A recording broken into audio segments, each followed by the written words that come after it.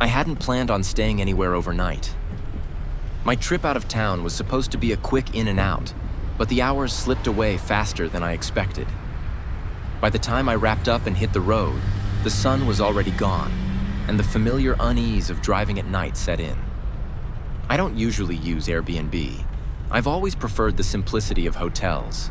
No guessing games about the lockbox code or wondering if the sheets were actually cleaned.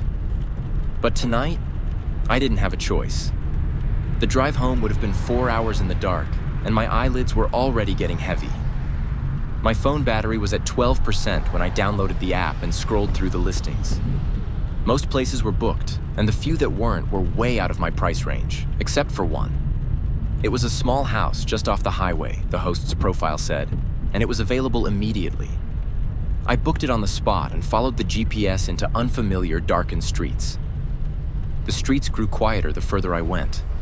At first, it was just the usual suburban roads, streetlights, the occasional car.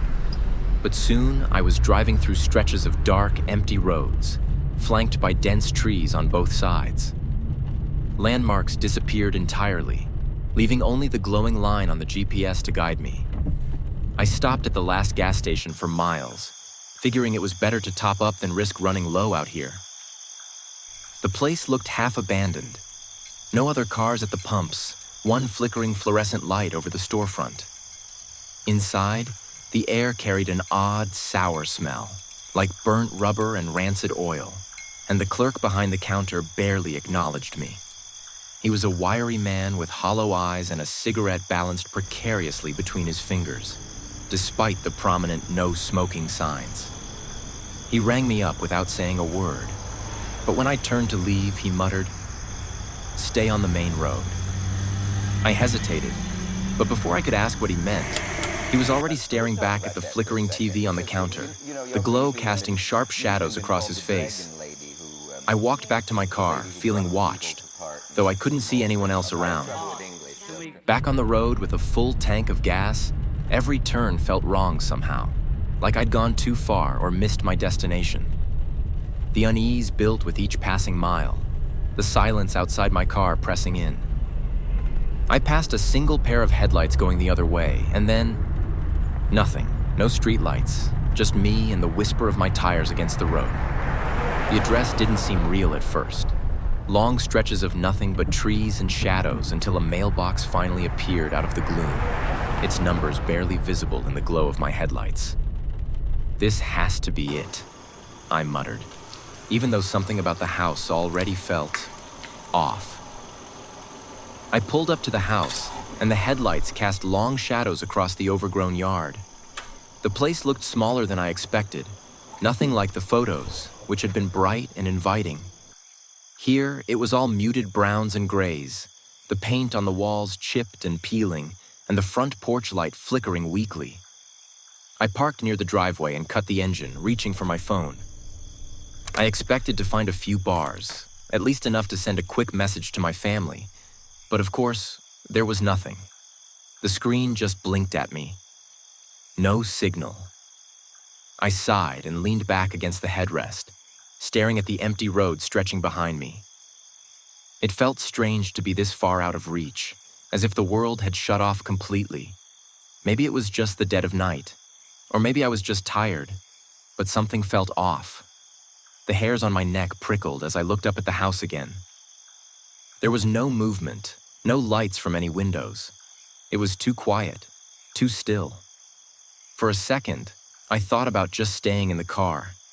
I could lock the doors, turn on the heater, and sleep right here. It'd be more comfortable than braving whatever was waiting inside that house. But as I sat there, shivering a little in the cold, I realized how stupid that sounded. It was way too cold to sleep in the car, and I couldn't be out here all night. I forced myself to open the door and step out, pulling my jacket tight around me as the chill bit at my skin. There was no turning back now. I walked up to the door, trying to ignore the unease creeping up my spine. The porch was empty except for a small wooden box sitting under the welcome mat. It didn't look like much, just a plain, weathered box, but something about it felt wrong. Hesitant, I crouched down and lifted the mat, finding the box covered in dirt and dust. The key inside was small, but it didn't look like it belonged to this place. It was rusted, the metal so old and worn it almost looked corroded, and there was a strange smell emanating from it. Something like damp earth mixed with the faintest trace of something sweet, almost sickly. I recoiled for a moment, but then curiosity took over and I grabbed the key. The cold metal felt wrong in my hand, and I couldn't shake the feeling that I'd just touched something I shouldn't have. I inserted the rusty key into the door, half expecting it to snap in my hand, but it turned easily, the lock giving way with a soft click. I pushed the door open, the hinges creaking loudly in the silence. The air inside was stale, like it hadn't been touched in years. As I stepped inside, I noticed a small stack of papers on the old wooden table by the door. It looked like a note, probably from the owner, giving me some instructions about the house. I picked it up. The handwriting was slanted and uneven, almost as if the person had been rushing or worse, stressed. The first line caught my attention. "Please, be careful. Don't touch the windows or doors after dark." I paused, staring at the note. It didn't make any sense. The rest of the message was unreadable, faded at the edges like it had been torn or dampened by something. I set the note back down quickly, the words echoing in my mind. Maybe it was just a quirky request from an eccentric host, but it still didn't sit right with me. The door slammed shut behind me with a hollow thud. I stood there in the darkness for a moment, my breath a little too quick. The house felt cold now, colder than outside, like the walls were holding something back. The only sound was the faint creak of the floorboards beneath my feet as I moved deeper into the entryway. Every step I took seemed to make the house groan and whisper, like it was alive and unwilling to let me go. I reached for the light switch, but when I flicked it, nothing happened. The bulb above me flickered and buzzed, but didn't come on. My eyes had started to adjust to the darkness, but it felt like the shadows in the corners were moving, shifting just beyond the edges of my vision. The wind outside howled through the cracks in the windows. The floorboard beneath my foot groaned in protest. It was so loud I half expected someone to answer from upstairs, but there was no answer, just the faint echo of my own movements bouncing off the walls. I walked into the kitchen, my eyes still adjusting to the dim light. The room was unnervingly clean, almost too clean, like no one had used it in ages. But what really caught my eye was the window above the sink. It was a small, square window, with the faintest trace of something smudged on the glass. Something that looked like dried dirt, but darker. Before I could inspect it further, my phone buzzed in my pocket. It was a message from the host. I must have somehow got a signal again, even if it was for just a moment. "Did you notice the window in the kitchen?" It read. I froze. The question was so odd. I'd only just noticed it myself, and here he was, asking about it. I couldn't shake the feeling that he was watching me, just waiting for my response. I typed back, trying to keep it casual. "Yeah, it looks fine, just a little dirt." "I trust you're keeping to the main floor?" The hairs on the back of my neck stood up. Why would he ask that? What was upstairs? I hadn't even thought about it. I decided to look around a bit more. As I moved toward the back door, I noticed something strange on the wall. A faint, shallow scratch, like someone had dragged something sharp along it. It was fresh, as if it had happened only recently. My stomach twisted, but I brushed it off as nothing. There was a door leading to the garage slightly ajar.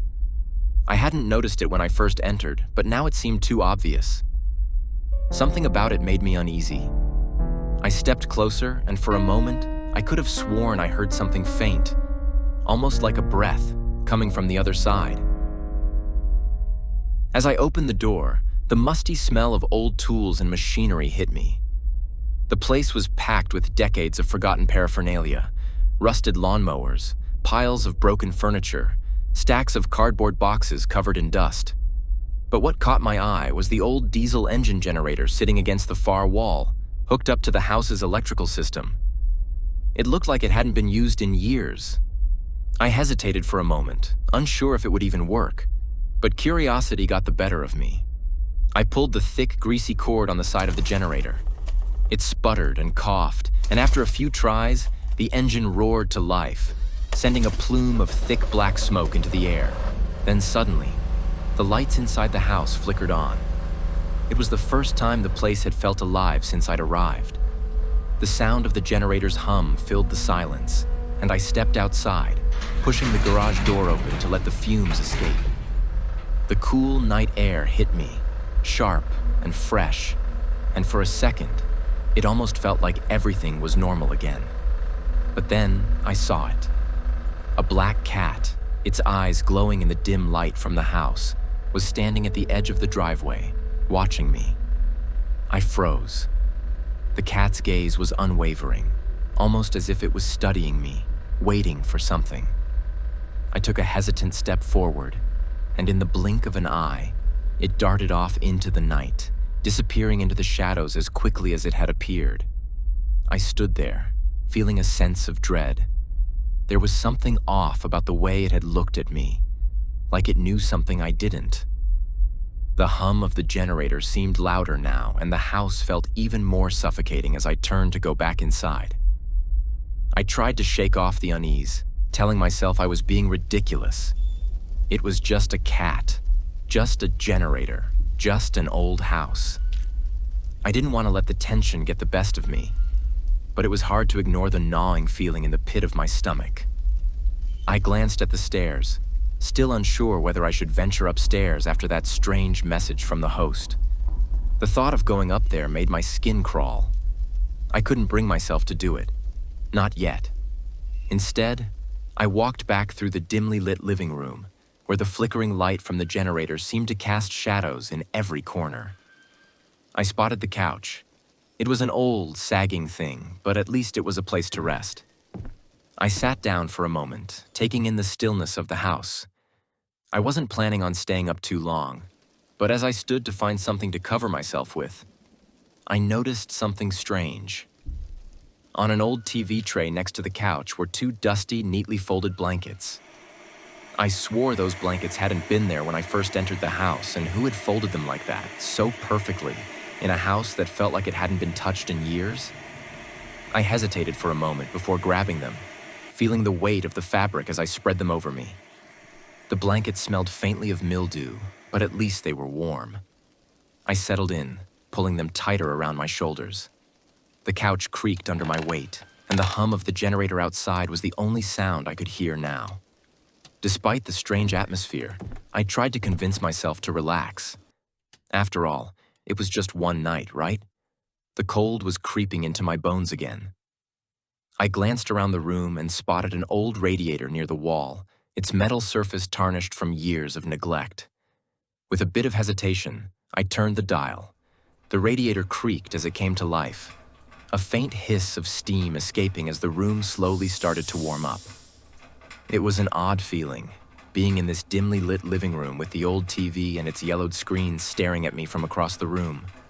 I couldn't help but stare at it for a moment, its screen clouded with age, as if it hadn't been turned on in decades. It was like the house itself was frozen in time. I curled up on the couch, the warmth from the radiator slowly making its way through the room. I tried to force my mind to drift off, but the odd stillness kept me awake. The hum of the generator outside and the soft creaks of the house were the only things filling the silence. Then, just as I was starting to drift off, I heard it. Soft footsteps. Slow, deliberate steps moving down the hall, just beyond the living room. At first, I thought it was my imagination, maybe the sound of the house settling. But then they came again. Closer this time, as if someone was walking towards me. My heart skipped a beat. I bolted upright, my eyes darting to the dark hallway. I waited a few moments, straining to hear. Nothing. No more footsteps. I hesitated, my hand still gripping the edge of the couch as I pushed myself up and walked cautiously to the hallway. I stepped into the dim corridor. the floorboards creaking under my weight, but it was empty. No one was there. I felt a wave of confusion mixed with a strange unease. Maybe it was just the house, its old walls and floors making noises on their own. But as I walked back to the couch, I couldn't shake the feeling that I wasn't alone here. The footsteps hadn't been in my head, I was sure of it. But who was walking around this place in the middle of the night? And why did it feel like I was the one intruding? I couldn't tell anymore if it was just my nerves, or if there was something or someone else in the house with me. Exhaustion gripped me, and I dozed off again.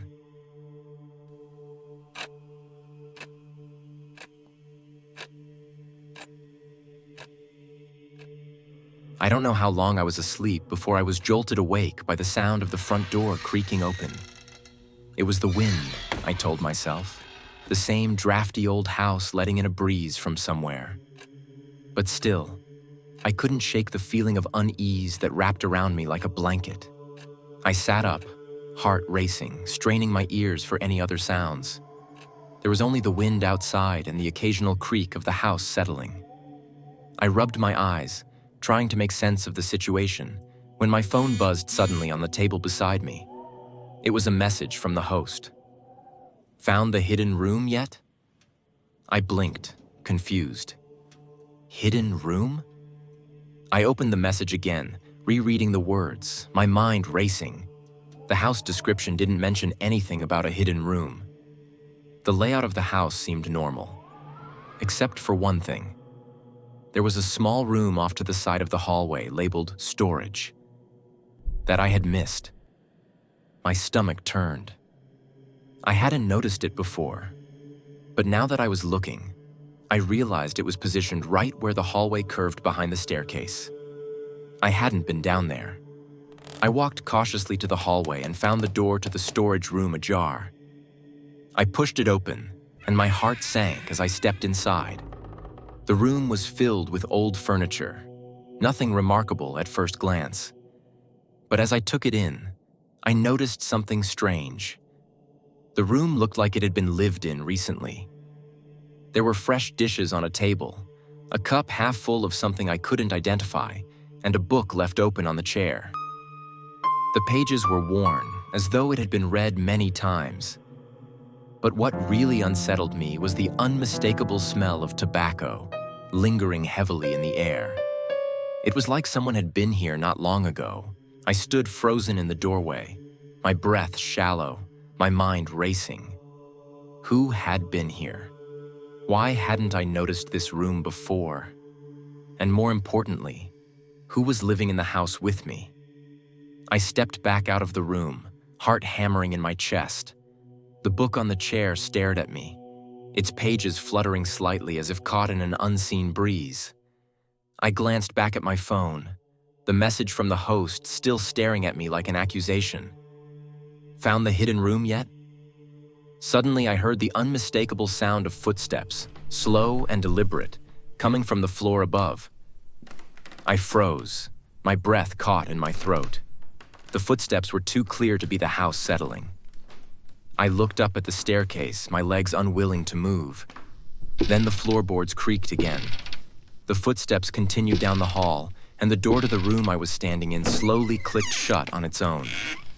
I turned to run, but as I passed the hallway mirror, my reflection stopped me cold. There, in the dim light, was a shadow. Someone standing just behind me. But when I spun around, there was nothing there.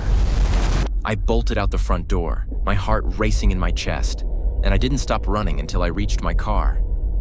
The keys, still in my hand, felt too heavy as I fumbled with the lock.